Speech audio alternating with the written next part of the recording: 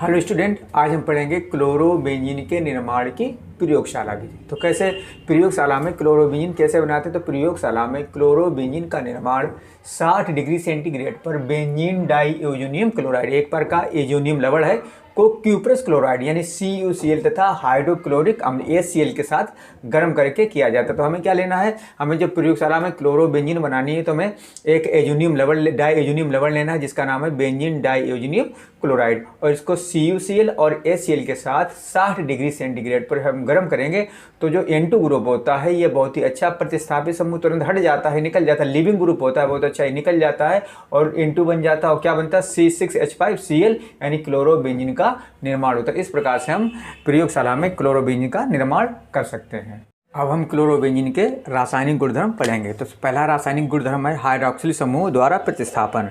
मतलब कह सकते हैं कि अगर क्लोरोबेंजीन को NaOH सोडियम हाइड्रोक्साइड के जो जलीय विलयन के साथ उच्च दाब यानी 200 ATM या 200 वायुमंडल दाब और 300 डिग्री सेंटीग्रेड ताप पर जब गर्म करेंगे तो हमें क्या मिलेगा? हमें फिनॉल मिलेगा। तो हमने क्लोरोबेंजीन लिया C6H5Cl, इसका नाम ही क्लोरोबेंजीन। इसको हमने गर्म किया NaOH सोडियम हाइड्रोक्साइड के साथ और हमने जो ताप लिया है वो 300 डिग्री सेंटीग्रेड और जो दाब है वो 200 वायुमंडल है। तो क्या करेंगे? जो ये OH ग्रुप होता है ये क्या होता है? Cl को उसके स्थान से हटा देता है और खुद वहाँ पे आ जाता है, तो बन जाता है C6H5OH जो कि क्या है?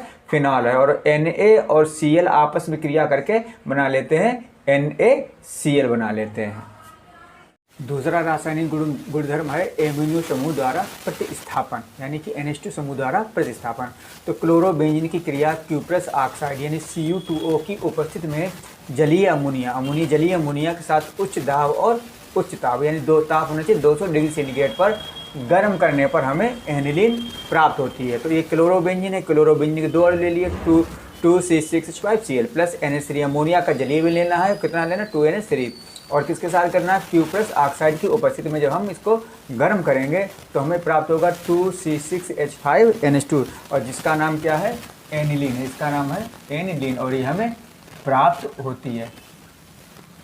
ठीक है, यहाँ से हमें एनिलीन प्राप्त होती है क्योंकि NH2 ग्रुप होता है वो Cl ग्रुप को यहाँ से हटा देता है और खुद यहाँ पे आ जाता है, तो C6H5NH2 और एनिलीन हमें प्राप्त होती है। तीसरी अब क्रिया है अपचयन।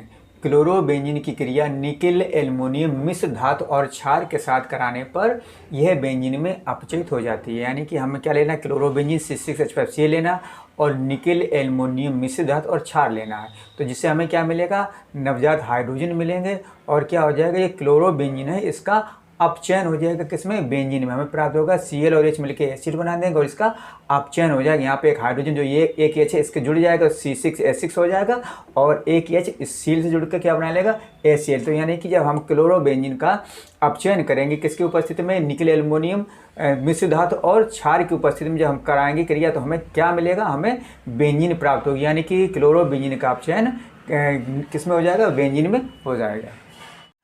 अगली रासायनिक अपक्रिया है नाइट्रिकन। नाइट्रिकन क्या होता है?